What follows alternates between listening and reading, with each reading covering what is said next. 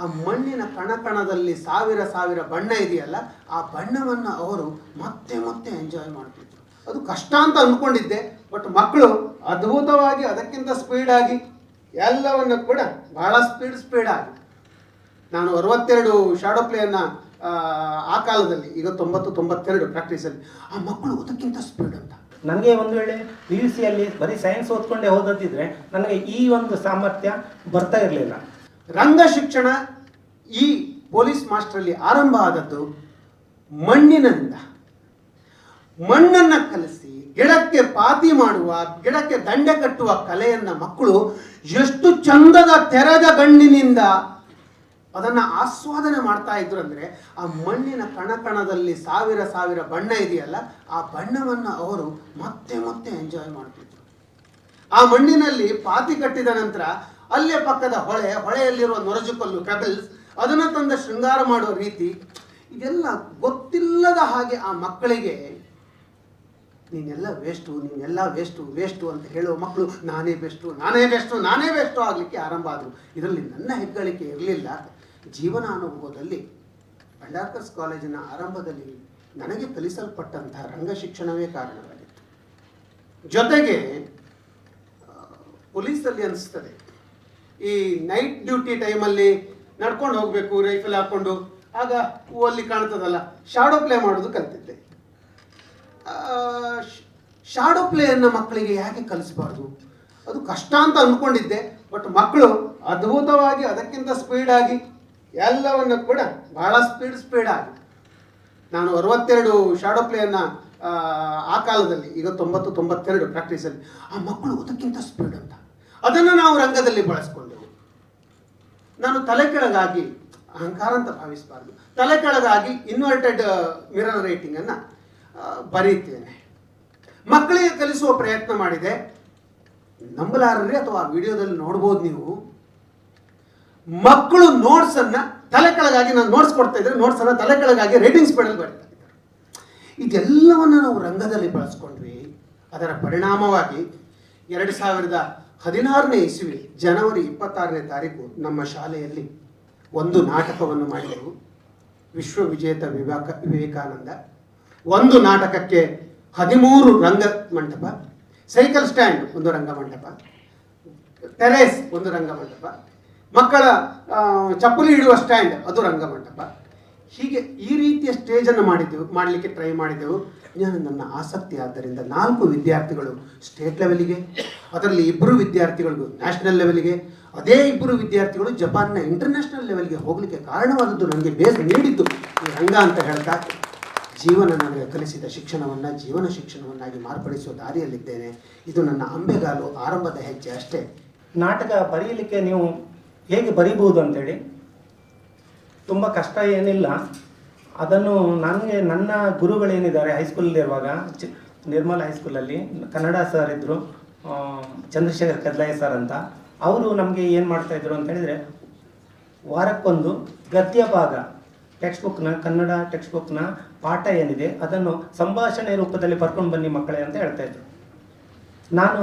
ನಾನು ಹಾಗೆ ನನ್ನ ಕ್ಲಾಸ್ನವರು ಎಲ್ಲರೂ ಸಹ ಅದನ್ನು ಸಂಭಾಷಣೆ ರೂಪದಲ್ಲಿ ಬರ್ಕೊಂಡು ಬಂದು ನೆಕ್ಸ್ಟ್ ವೀಕಲ್ಲಿ ಆ ಸಭೆ ಇರ್ತದೆ, ಅದರಲ್ಲಿ ನಾವು ಪ್ರೆಸೆಂಟ್ ಮಾಡ್ತಾಯಿದ್ದೆವು.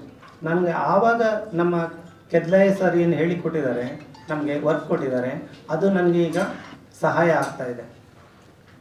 ಆದ್ದರಿಂದ ನೀವು ಸಹ ನಿಮ್ಮ ಮಕ್ಕಳಿಗೆ, ನಾವು ನಮ್ಮ ಶಾಲೆ ಮಕ್ಕಳಿಗೂ ನಾನು ಹೇಳ್ತೇನೆ, ಅವರು ಸಾಹಿತ್ಯ ರಚನೆ ಆಗ್ತದೆ, ಮುಖ್ಯವಾದ ಪಾತ್ರ ಯಾವುದು ಅಂತ ಕಂಡುಕೊಳ್ಳಿ, ಅದರ ಸುತ್ತ ಪಾತ್ರಗಳನ್ನು ಸೃಷ್ಟಿ ಮಾಡಿ ಸಂಭಾಷಣೆ, ನಿಮಗೇನು ಕಥೆ ಇದೆ ಅದನ್ನು ಸಂಭಾಷಣೆ ರೂಪದಲ್ಲಿ ಬರೀಲಿಕ್ಕೆ ಸಾಧ್ಯ ಇದೆ. ಸೊ ಈ ಹೆದರುವುದು ಬೇಡ.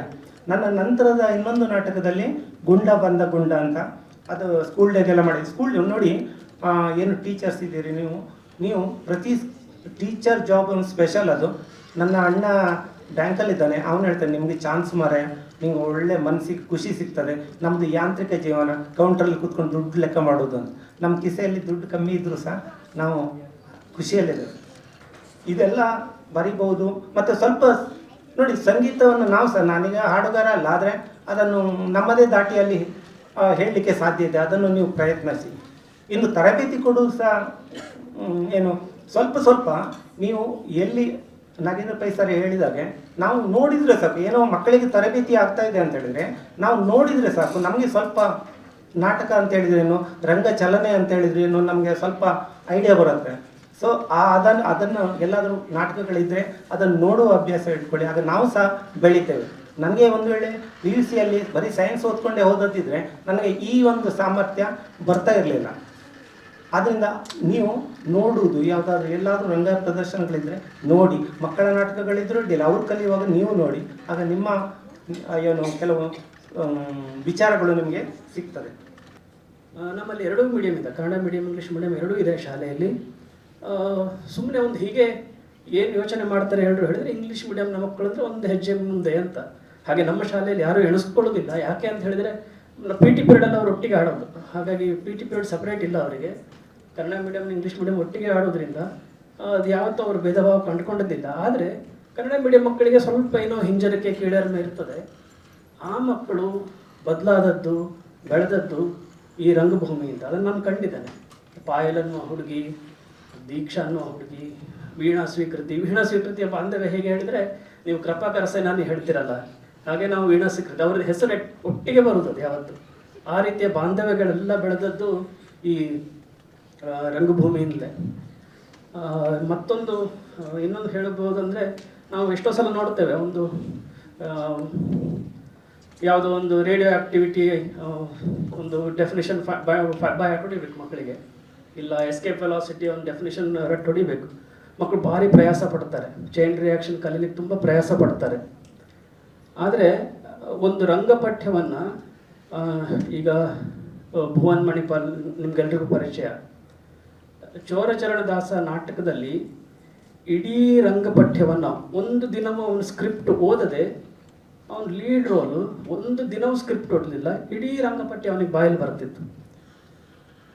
ನಮಗೆ ಟೀಚರ್ಸ್ ಆಗೋದೊಂದು ವಿಸ್ಮಯ. ಯಾಕೆ ಹೇಳಿದರೆ ನಾವು ಟೆಕ್ಸ್ಟ್ ಬುಕ್ ಕೊಟ್ಟು ಅದರ ಅರ್ಥ ಹೇಳಿ 4 ಸಲ ಹೇಳಿ ಬರೆಸಿ ಓದಿಸಿ ಮರುದಿನ ಕೇಳಿದರೆ ಅದು ಬರೋದಿಲ್ಲ ಅನ್ನೋ ಪರಿಸ್ಥಿತಿಯಲ್ಲಿ ಏನೂ ಇಲ್ಲದೆ ಸುಮ್ಮನೆ ಹೀಗೆ ನಾಟಕ ಆಡ್ತಾ ಆಡ್ತಾ ಆಡ್ತಾ ಆಡ್ತಾ ಆ ಪ್ರಾಸೆಸ್ಸಲ್ಲಿ ಇಡೀ ಪಠ್ಯವನ್ನು ಕಂಠಸ್ಥ ಮಾಡುವುದು.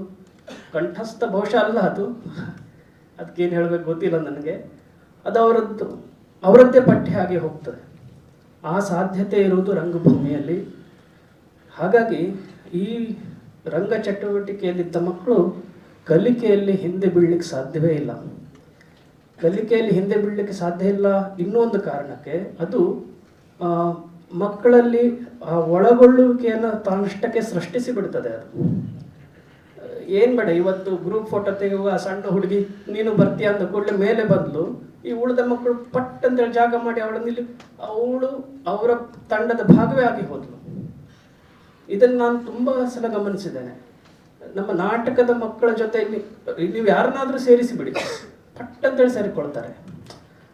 ಹೊರಗಡೆಯಿಂದ ಬಂದವರಿಗೆ ಒಂದು ಚೂರು ಅನ್ಕಂಫರ್ಟೇಬಲ್ ಆಗದ ಹಾಗೆ, ಅವರು ನಮ್ಮವರೇ ಅಂತೇಳಿ ಹೇಳಿ ಅವರಿಗೆ ಅನ್ನಿಸುವ ಹಾಗೆ ಅವರನ್ನು ತಮ್ಮೊಟ್ಟಿಗೆ ಒಳಗೊಳಿಸುವಿಕೆ ಉಂಟಲ್ಲ, ಅದನ್ನು ರಂಗಭೂಮಿ ಮಕ್ಕಳಿಗೆ ಗೊತ್ತಿಲ್ಲದೆ ಕಲಿಸಿಕೊಡ್ತದೆ.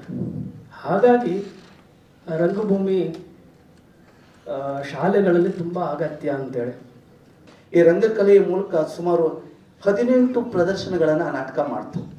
ಆ ನಾಟಕ 18 ಪ್ರದರ್ಶನಗಳು ಮಾಡಿದಾಗ ಅದು ರಾತ್ರಿ ಆಗ್ತಿತ್ತು, 12 ಗಂಟೆ ಆಗ್ತಿತ್ತು, ಬೆಳಗಿನ ಜಾವ ಆಗ್ತಿತ್ತು. ಆ ನಾಟಕ ಪ್ರದರ್ಶನ ಮುಗಿದಾಗ ಎಂಥ ಒಂದು ಜನಸಮುದಾಯ ನಿರ್ದಿಗಂತ. ಪ್ರಾಯಶಃ ನಮ್ಮ ಕುವೆಂಪುರವರು ಹೇಳಿದ ಹಾಗೆ ನಮ್ಮ ಜನರಲ್ಲಿ ಒಂದಿಷ್ಟು ಕಲ್ಮಶ ಇಲ್ಲ, ಕೆಟ್ಟದ್ದನ್ನುವುದೇ ನಮ್ಮ ಹಳ್ಳಿಗಳಲ್ಲಿ ನಾವು ಕಂಡು ಬರೋದಿಲ್ಲ. ನಮ್ಮ ತಾಯಿಯಂದಿರ ಹೆಣ್ಮಕ್ಳನ್ನು, ಬಹುಸಂಖ್ಯಾತ ಹೆಣ್ಮಕ್ಳನ್ನು ನಾಟಕದಲ್ಲಿ ನಮ್ಮ ಜೊತೆ ಕಳಿಸ್ಕೊಡ್ತಾ ಇದ್ರು. ಎಂಥ ನಂಬಿಕೆ ಅದು. ಆ ನಂಬಿಕೆಯಿಂದ ನಾವು ಆ ನಾಟಕ ತಂಡವನ್ನು ಕಟ್ಟಿ ಸುಮಾರು 10 ಜನ ಕಲಾವಿದರು ಆ ನಾಟಕದ ಮೂಲಕ ಬದುಕನ್ನು ಕಟ್ಟಿಕೊಡ್ತಾ ಇದ್ರು ಸುಮಾರು 2 ವರ್ಷ. ನಾನು ಯಾವಾಗ ನನ್ನ ಮಕ್ಕಳಿಗೆ ಹೇಳ್ತಾ ಇದ್ದೇನೆ, ನೀವು ಮಕ್ಕಳೇ, ನೀವು ಇನ್ನೊಬ್ಬರನ್ನು ಬೆಳೆಸ್ತಾ ಇದ್ದೀರಿ, ಇನ್ನೊಬ್ಬರನ್ನು ಬದುಕಿಸುವಾಗೆ ಮಾಡ್ತಾ ಇದ್ದೀರಿ. ಇದು ಬೇರೆಯವರಿಂದ ಸಾಧ್ಯ ಇಲ್ಲ. ನೀವು ಬದುಕಿಸ್ತಾ ಇದ್ದೀರಿ ಇವರನ್ನು, ನಿಮ್ಮಿಂದ ಇವರು ಬೆಳೀತಾ ಇದ್ದಾರೆ ಅನ್ನೋ ಮಾತುಗಳನ್ನು ನಾವು ಮಕ್ಕಳಿಗೆ ಹೇಳ್ತಾ ಇದ್ದೀವಿ. ಒಟ್ಟಾರೆ ಆ ನಾಟಕದ ಅಂತ್ಯದಲ್ಲಿ ನಾವು ಕಂಡುಕೊಂಡಿದ್ದು ಏನು ಕೇಳಿದರೆ, ಒಂದು ಸಹಾನುಭೂತಿ, ಬಹಳ ಆಂಪತಿ. ಅದು ಏನು ಅಂತ ಕೇಳ್ಬೋದು. 58 ಮಕ್ಕಳಿರುವ ಒಂದು ತಂಡ ಎಂಥ ಒಂದು ಸಹಾನುಭೂತಿ ಅಂದರೆ ಅದರಲ್ಲಿ ಕೆಲವರು 4 ಜನ ವಿದ್ಯಾರ್ಥಿಗಳು NNMS ಪರೀಕ್ಷೆಗಳನ್ನು ಪಾಸ್ ಆಗ್ತಾರೆ. ಒಂದು 8 ರಿಂದ 10 ಮಕ್ಕಳು ಟಾಪ್ ಸ್ಕೋರರ್ ಆಗಿ ಹೊರಗೆ ಬರ್ತಾರೆ. 600ಕ್ಕಿಂತಲೂ ಹೆಚ್ಚಿನ ಅಂಕವನ್ನು ಪಡೆದು ಬೆಂಗಳೂರಿನಲ್ಲಿ ವಿದ್ಯಾಭ್ಯಾಸ ಮಾಡ್ತಾ ಅದನ್ನು ಹೊರಗೆ ಬರ್ತಾರೆ. ಅದಕ್ಕಿಂತಲೂ ಮುಖ್ಯವಾಗಿ ಸಹಾನುಭೂತಿ. ಒಂದು ಸಹಾನುಭೂತಿ ಅಂದರೆ ತನ್ನ ನಾಟಕ ತಂಡದಲ್ಲಿದ್ದ ಒಂದು ಮಗು ಕಲಿಕೆಯಲ್ಲಿ ಹಿಂದುಳಿದಿದ್ದಾನೆ ಎನ್ನುವುದನ್ನು ತಿಳಿದ ಉಳಿದವರು ಅವನನ್ನು ಕೈ ಹಿಡಿದು ನಡೆಸ್ತಾರೆ. SSLC ಅವಳು ಕೂಡ ಉತ್ತಮ ಅಂಕವನ್ನು ಪಡೆಯುವಾಗ ಮಾಡ್ತಾರೆ. ಇದು ನಾಟಕ ರಂಗಭೂಮಿಗೆ ಮಾತ್ರ ಸಾಧ್ಯ ಇದೆ. ಈ ಥರ ಎಲ್ಲರನ್ನೂ ಒಳಗೊಳ್ಳುವ ಹಾಗೆ ಕೊಂಡು ಹೋಗುವಂಥ ಸಾಮರ್ಥ್ಯ ನಮ್ಮ ತರಗತಿ ಕೋಣೆಗಿಲ್ಲ. ಅದು ರಂಗಭೂಮಿಗೆ ಮಾತ್ರ ಇದೆ ಅಂತ ನಾನು ಭಾವಿಸ್ಕೊಂಡಿದ್ದೇನೆ. For me, it is nothing about the design, nothing about the storytelling. It's all about, will they exploring the flow? Are they standing with full heart, full happiness? Are they celebrating? Because children's, we are saying we are giving confidence to children. No, they are already confident. They have no fear actually. When they come to school, it is something different for them. So that confidence getting loose. So that from the morning we are seeing our girl is simply they are going and dancing with no fear. From where the fear is coming? So something out is getting to them. They can't connect to that. The fear comes. But theatre is not that. Theatre is always, it's a celebration. It should be a celebration for the children. From there, they can put the first step, second step, third step, like that. So, last 20 years I worked with children, and they, some are when different profession, they are when engineering, doctors, some are in when the theatre school, then they are doing profession, theatre and film, everyone, but they all are together now also. They are connecting each other. I believe that is the power of theatre.